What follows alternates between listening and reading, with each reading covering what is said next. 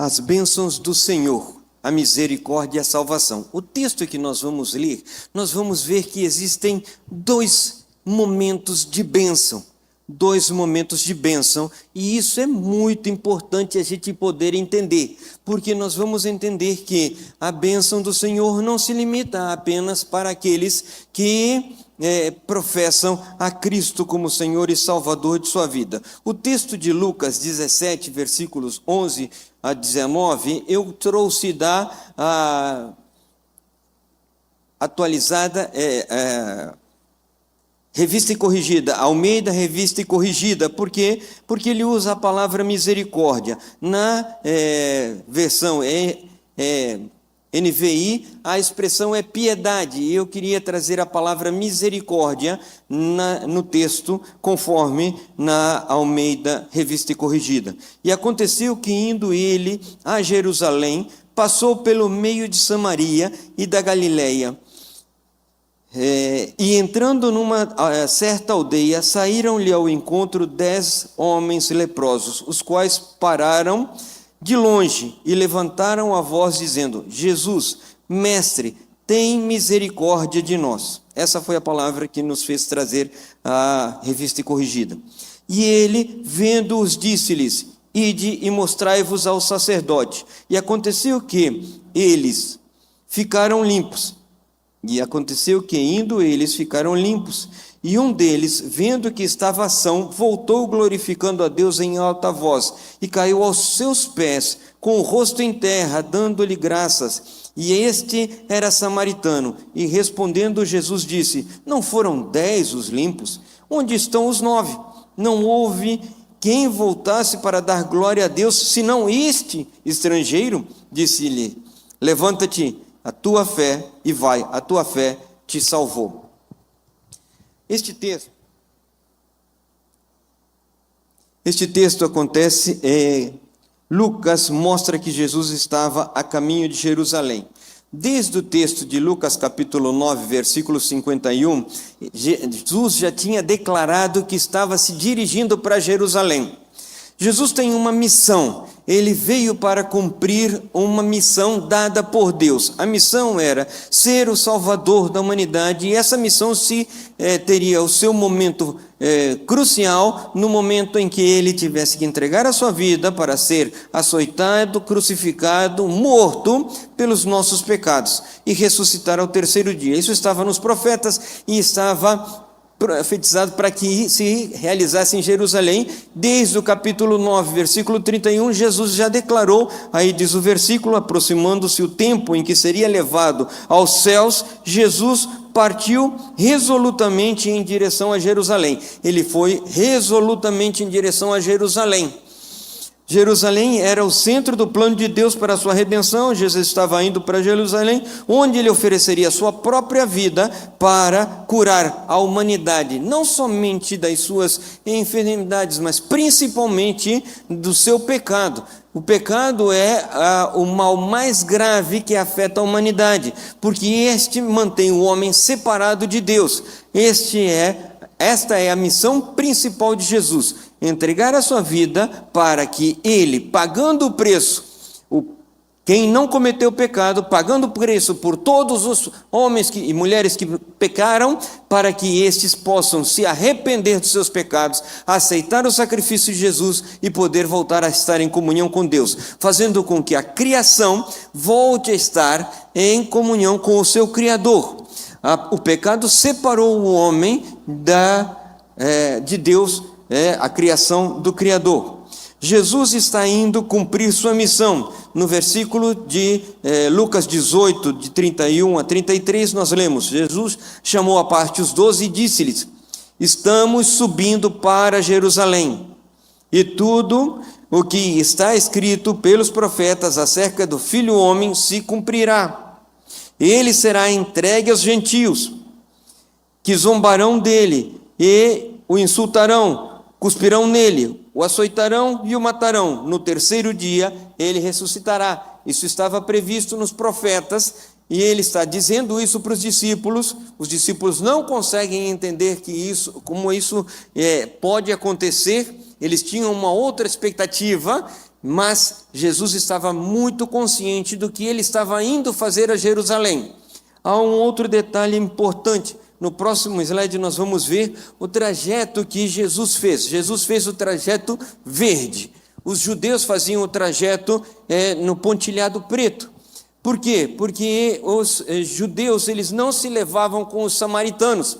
Os samaritanos, Jesus estava viajando por uma região considerada impura pelos judeus. Os samaritanos eram impuros, eles eram misturados, eles eram judeus misturados com outros povos e com outras crenças. Eles se misturaram com outras pessoas, com outros povos, e por isso os judeus os discriminavam.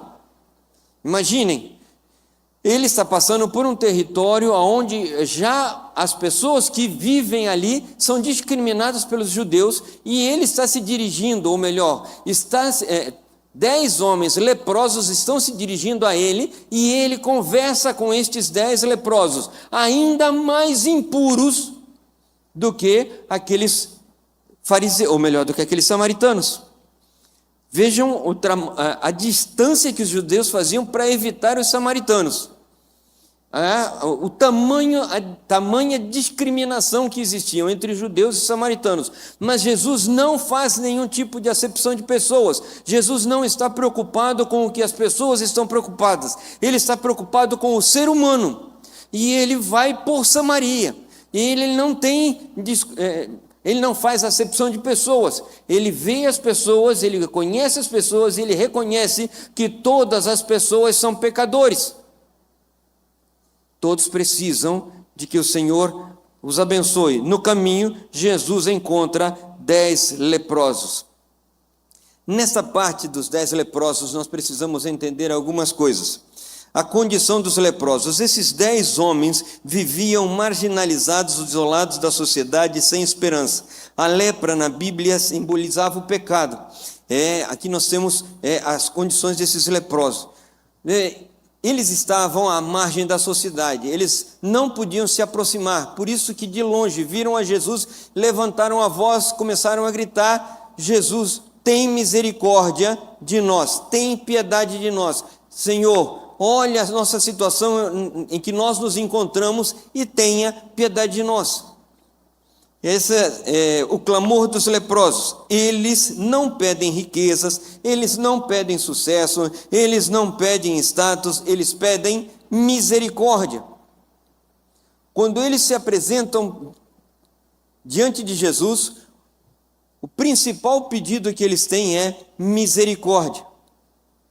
Quando nos encontramos diante do Senhor, o que é que move o nosso coração? Nós nos movemos para pedir alguma coisa. Eles sequer pediram para que fossem curados, eles pediram misericórdia. Tenha piedade, apiede-se da situação em que nós nos encontramos. Olhe a realidade em que nós estamos. Você considera de que Deus pode te ver na situação em que você está? Você considera que Deus está vendo você e entendendo a sua realidade? Aqueles leprosos sabiam que Jesus podia entender como eles se sentiam, por isso eles não precisavam explicar o que eles precisavam. Jesus sabe o que eu estou precisando, eu sou um leproso, eu sou um marginalizado nesta sociedade, eu sou discriminado nessa sociedade, eu tenho um problema sério que não permite nem que eu chegue perto das pessoas, ele não permite que eu chegue perto da minha família, ele não permite que eu chegue perto das pessoas que eu ame, porque eu posso prejudicá-las, eu posso contaminá-las. Por isso que eu preciso Senhor, tem misericórdia de mim.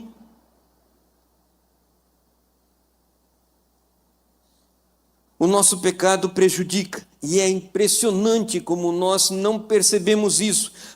Sou eu e eu arco com as minhas consequências. Os nossos pecados trazem consequências para o nosso entorno, não trazem consequências apenas para nós.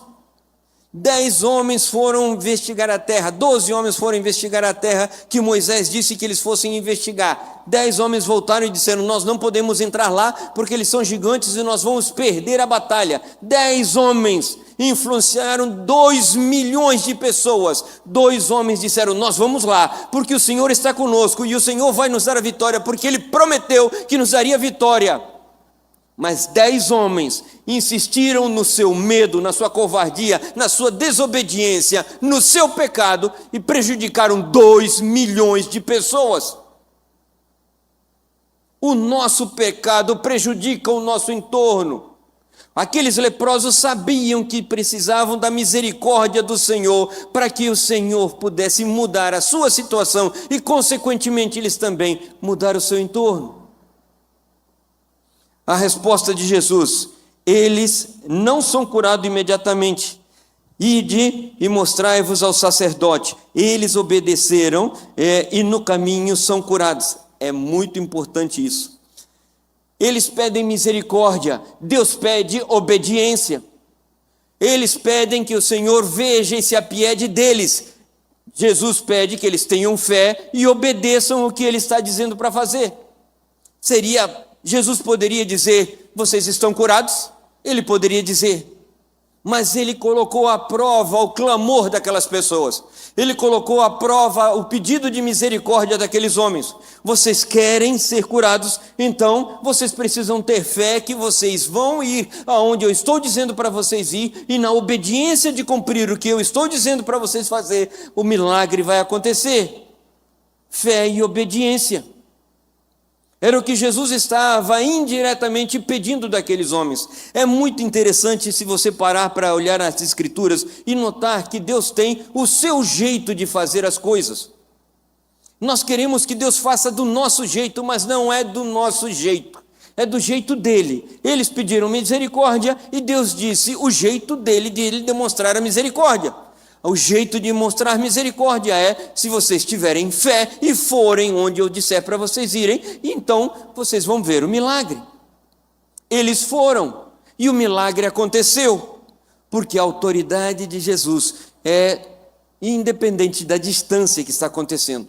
E quando nós fazemos aquilo que Deus pede para fazer, nós vemos a graça e a misericórdia do Senhor agindo. É muito importante ter em conta essa situação.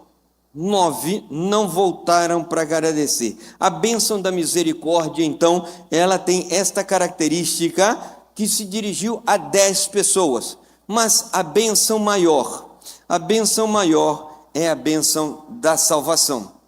Um retornou. É muito interessante também prestar atenção. Jesus contou uma parábola para contar a história do bom samaritano. Mas ali era uma história, uma parábola, algo que Jesus estava construindo para... Não era um fato real, era algo que ele estava construindo para trazer um ensinamento. Quem é o meu próximo? Então ele conta a parábola do bom samaritano, que é uma história. Só que neste caso não é uma história. Literalmente vários foram curados e um, considerado pelos judeus imundo, porque ele não era judeu puro, volta para agradecer. E Jesus questiona como é que pode. Um voltou para agradecer e os outros 9. E aqui tem um detalhe para você que está evangelizando, que você está falando de Cristo para as pessoas, que você pegou os seus folhetos para poder falar de Cristo às outras pessoas. Jesus abençoou 10 pessoas. O milagre aconteceu com 10 pessoas. Um voltou para agradecer. Aí você vai entregar a folheta e você vai dizer: poxa, mas as pessoas não estão vindo, as pessoas não estão respondendo, as pessoas não estão se comprometendo com a palavra, as pessoas não estão valorizando a mensagem da palavra. Isso não nos corresponde. Quem convence o homem do pecado, justiça e juízo é o Espírito Santo.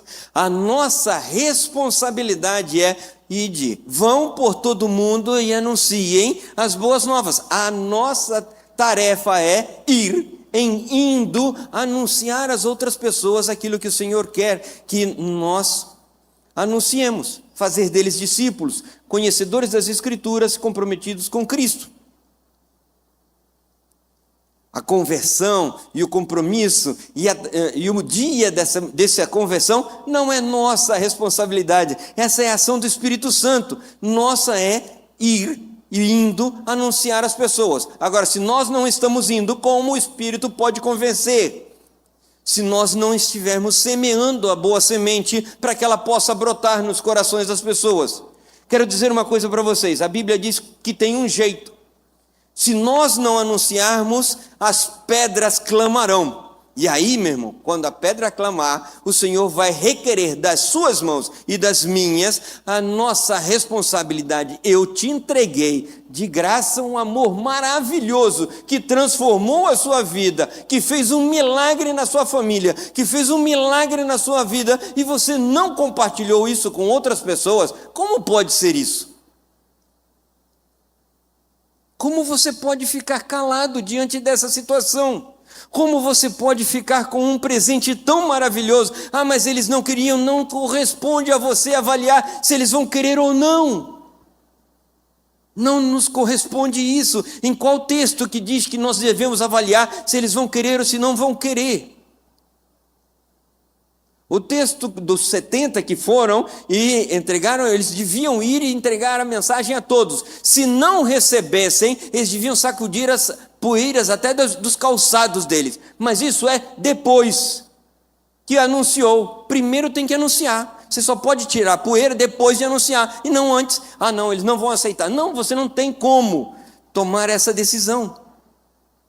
Essa não é a parte que nos corresponde. Então, o samaritano voltou, dos 10, apenas um volta para a glória ou para glorificar a Deus, e isso é muito importante. A primeira coisa que aquele homem faz é adorar a Deus. A primeira coisa que aquele homem faz é reconhecer a maravilha que aconteceu na sua vida e reconhece a Jesus e o adora e glorifica a Deus.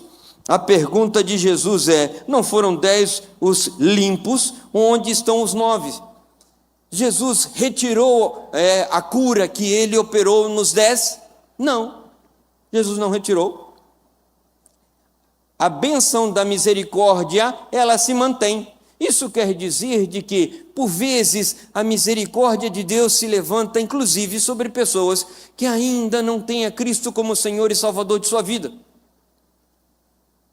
O milagre acontece sobre a vida de todas as pessoas. Você quer ver um milagre que acontece para todas as pessoas? Todos temos o privilégio de poder desfrutar deste ar, do oxigênio que circula o nosso planeta. E é um presente de Deus. Pergunta para o Eunir, que não conseguia respirar só com o aparelho. É ou não é um presente de Deus? É um presente de Deus.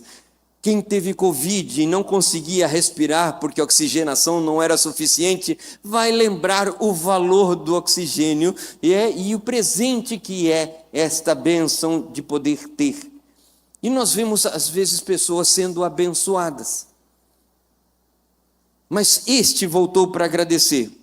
A pergunta de Jesus, então, não eram 10? Muitos recebem a bênção, mas poucos reconhecem o dom, a mão de Deus agindo no meio deles. Poucos voltam para agradecer. Os 9 foram curados fisicamente, mas apenas um foi transformado espiritualmente. A segunda bênção, ou a bênção maior, a bênção da salvação, Jesus declara: levanta-te e vai, a tua fé te salvou. A segunda bênção, ou a bênção da salvação, é a bênção da eternidade, da vida abundante, da vida eterna. Você pode estar curado da lepra, mas sem a promessa da vida eterna, sem a promessa da salvação, sem a promessa de saber de que o Senhor tem construído um lugar para que lá onde Ele está, você também esteja com Ele. A promessa da salvação volta ou é concedida a um coração que glorifica a Deus, é concedida a um coração que reconhece a Jesus como Salvador, que reconhece o milagre que vem de Jesus, que se prostra diante de Jesus e o adora. porque o propósito de Jesus, a missão de Jesus ia ser consumada em Jerusalém, mas aquele homem, aquele samaritano, já voltou justificado, ele já saiu da presença de Jesus salvo. A salvação ainda estava por ser concretizada. A salvação, ela só foi concretizada quando Jesus venceu a morte. Mas ele já tinha a promessa da salvação, porque ele voltou para adorar e agradecer. E se prostrou aos pés de Jesus. Nós temos duas situações bem claras aqui. Nós temos a situação daqueles que estão se aproximando de Jesus porque tem um problema grave, tem um problema difícil, um problema que eles não conseguem mais administrar e clamam pela misericórdia do Senhor. E na misericórdia o Senhor lhes pede fé e obediência, e eles obedecem e o milagre acontece. Eles viram as costas e desaparecem, nunca mais voltam para reconhecer aquele que fez um milagre em suas vidas. Eles recebem a bênção física e perdem a bênção espiritual, perdem o privilégio da salvação, perdem a oportunidade de viver a eternidade próximo deste Deus maravilhoso, que em meio à enfermidade, em meio às lutas, em meio às dificuldades, em meio à dor de saber que o esposo está internado, a gente continua confiando porque Ele não nos desampara. E Ele disse: eu estou com Ele, eu estou contigo, tenha paz. E nós conseguimos alcançar a paz, porque a paz que Deus nos dá, ela sobrepassa todo o entendimento. E os 9 que não voltaram a agradecer estão desperdiçando tudo isso. Aquele samaritano não. Aquele samaritano voltou justificado. Ele recebeu as duas bênçãos. Ele recebeu a bênção do milagre que o curou e recebeu a bênção da salvação que transformou a sua vida. E a partir daquele momento ele tinha paz. A partir daquele momento ele tinha certeza que ele não estava só. Ele tinha certeza que Jesus estaria acompanhando, porque Jesus disse: e eis que eu estou convosco todos os dias até a consumação dos séculos. Aquele leproso que vivia isolado da sociedade, agora ele tinha o seu Salvador acompanhando-o dia e noite, todo o tempo ao seu lado, para guardar, guiar, abençoar, trazer-lhe paz, trazer-lhe a certeza de que o Deus Todo-Poderoso pode fazer infinitamente mais do que pedimos ou pensamos. Por que nos limitar à bênção da misericórdia? Por que apenas ficarmos com as migalhas quando o Senhor tem um banquete para as nossas vidas? Próximo. Apenas um volta para glorificar a Deus. É preciso reconhecer Jesus como Salvador. É preciso glorificar a Deus e ser agradecido. Como está o seu coração? Você tem um coração agradecido? Gente, nós temos um coração pedinte. Constantemente estamos com um monte de pedidos quando conversamos com Deus. Sabemos que Deus é todo poderoso para fazer infinitamente mais do que pedimos ou pensamos, e por isso nós pedimos. E pedimos. Bater e dar-se-vos-á, abrir, aquele que pede, recebe. Então nós vamos lá e batemos e pedimos. Está lá no texto bíblico, mas também está no texto bíblico: em tudo dai graça, porque essa é a vontade de Deus em Cristo Jesus para convosco. Em tudo dai graças. Você sabe o que quer dizer a palavra tudo? A palavra tudo quer dizer tudo. E tudo é tudo. Coisas boas e coisas ruins. Não tem muita volta. Não precisa ir no grego nem no hebraico para descobrir tudo que significa tudo. Sejam as coisas ruins, sejam as coisas boas. Sejam os vales que nos levam a pensar de que nós estamos na beiradinha e tudo vai concluir aqui. Ou aqueles momentos de dificuldade que nós passamos no dia a dia, quando nos sentimos pressionados pelas circunstâncias. Tudo é tudo, em tudo temos que dar graças, porque nós, quando estamos em comunhão com o Senhor, tudo nos ajuda a confiar no Senhor, a depender do Senhor, a ouvir o Senhor e obedecer o Senhor, a fortalecer a nossa fé. A qual milagre você veio buscar de Jesus? Qual milagre você veio buscar de Jesus? O milagre da misericórdia ou o milagre da salvação? Você quer que o Senhor apenas tenha misericórdia de ti? Ou que Ele veja em você um coração quebrantado, humilde, que louva e exalta o Senhor e que reconhece o poder e a autoridade que o Senhor tem nos céus e na terra, e se prostra diante dele e diz: a minha vida eu coloco em tuas mãos, Senhor. Qual o milagre que você veio buscar? Qual a bênção que você veio buscar? 9 se conformaram com a bênção da misericórdia. 1. Soube desfrutar da bênção da salvação. Eu quero orar por você. Se você veio buscar a bênção da salvação do Senhor, se você veio adorar ao Senhor, glorificar ao Senhor, reconhecer que Ele é digno de toda a honra e de toda a glória, e que não adianta você apenas pedir misericórdia do Senhor, mas você quer se prostrar diante do Senhor, para que Ele realmente possa ver a sua adoração sincera de um coração quebrantado, e Ele possa estender sobre você a bênção da salvação. Eu quero te convidar a que você ore comigo nesse momento. Nós precisamos reconhecer diante do Senhor que não somos merecedores nem da bênção da misericórdia, nem da bênção da salvação. Por isso a Ele clamamos com um coração quebrantado, humilde, prostrado. Senhor, louvo o Teu nome pela Tua bondade. Te adoramos, Senhor, porque a Tua palavra é tão profunda que nos consegue sensibilizar, mostrando, Senhor, que existe um poder enorme em Tuas mãos e uma autoridade gigantesca, Senhor, em Ti para poder mudar qualquer circunstância. Homens rejeitados pela sociedade, à margem da sociedade, ouviram a Tua ordem, obedeceram e o milagre aconteceu. A Tua autoridade é fantástica, é maravilhosa, Senhor, mas mais do que isso, é aquilo que podes fazer diante de um coração humilhado diante de Ti, um coração que glorifica a Deus e um coração que reconhece a Cristo como Salvador de suas vidas, porque Tu lhes derramas a bênção da salvação, a bênção da Tua presença permanente em suas vidas, a bênção do selo do Espírito Santo em seus corações, a bênção da vida abundante no dia a dia, a bênção da paz que excede todo entendimento, a bênção de poder agradecer em todas as coisas, porque essa é a Tua vontade, Tu estás cumprindo a Tua vontade na vida daqueles que se colocam em Tuas mãos, Senhor. Ó Pai amado, neste momento colocamos a vida daqueles que nesta noite vieram buscar a bênção da salvação.